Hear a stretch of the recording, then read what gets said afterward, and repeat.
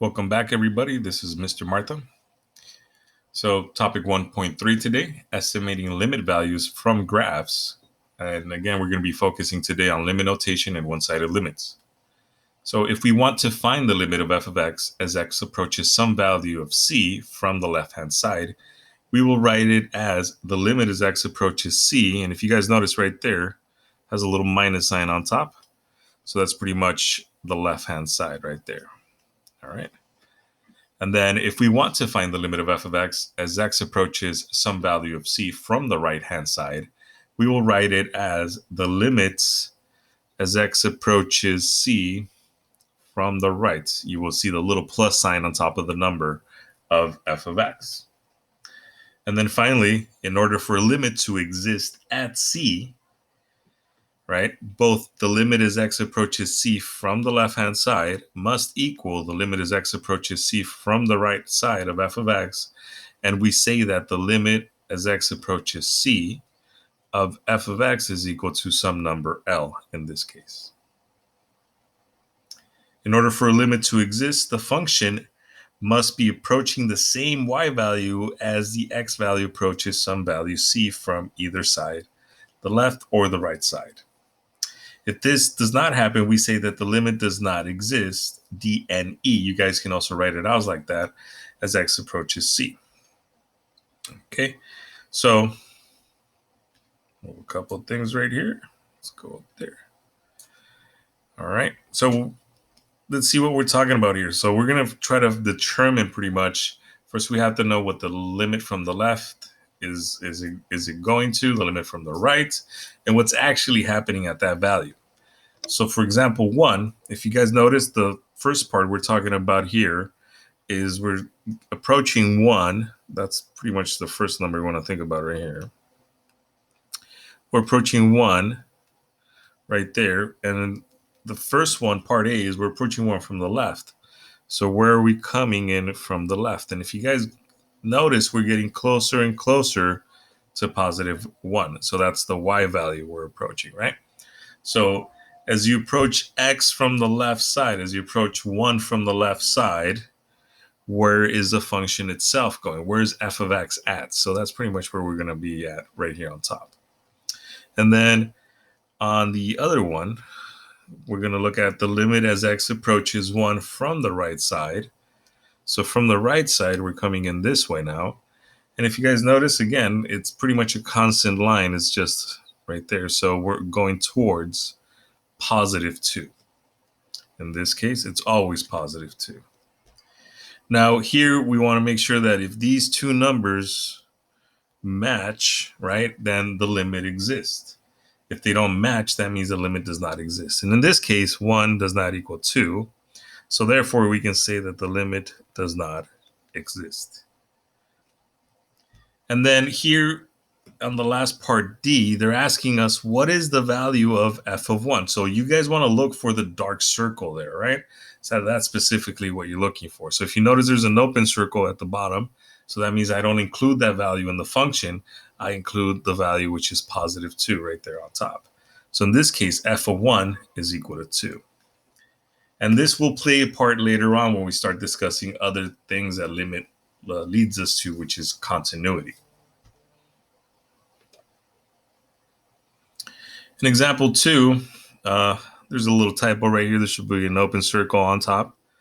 So again, we want to approach 1 from the left side. So if we approach 1 from the left side, from the left, we're going towards, and it seems, negative 1. So that's going to be my first limit right there from the left side. And as x approaches 1 from the right side, let me change color, right there, we're coming in from the right. This is from the left. So if we're coming in from the right side, we're coming in towards positive 1. All right. And then again, I want to make sure that these two values match. And in this case, they don't match. So we got to say that the limit as x equals 1 does not exist. Again, because those two values don't match. And then for the last part, you're going to be looking at is f of 1. So what is the value at 1? If you guys notice, there's a big dark circle right there in the middle. And in this case, the y value that leads to that would be 0.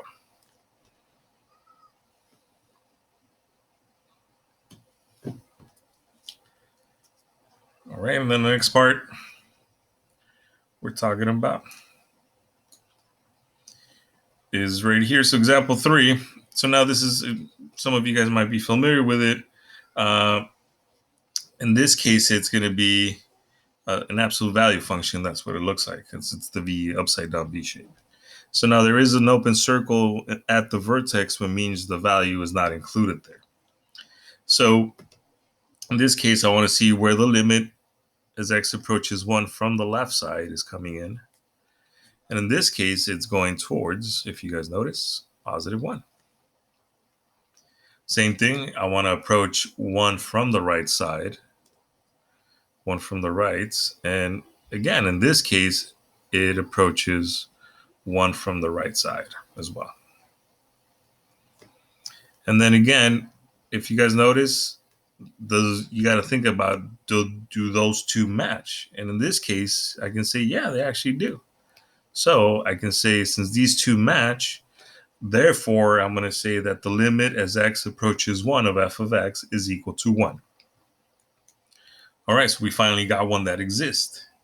But what about part D? What about that open circle? So f of 1. F of 1 in this case, because it's an open circle at the vertex, we have to say that it's undefined. All right? We don't know precisely what the function is, but it might be just in that case, it's like it has a denominator of x minus 1 somehow, right? And it makes that undefined. So essentially there, the function, when you get to 1, creates it gets to a problem which pretty much leads to you having to divide by 0, essentially, right? So you can't divide by 0, so therefore we say it's undefined. All right? So the next one, same thing. We want to look at, we want to look at example 4. So as we approach from the left side, again, the minus is always from the left side, we're going towards, again, positive 1, right? And then the other one is also on the right side. The right side of the limit is also approaching positive 1.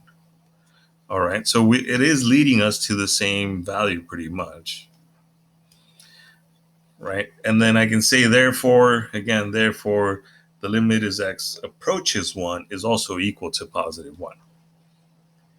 Now here, if you notice, we do have an open circle for the vertex again, but we do have a closed circle down here.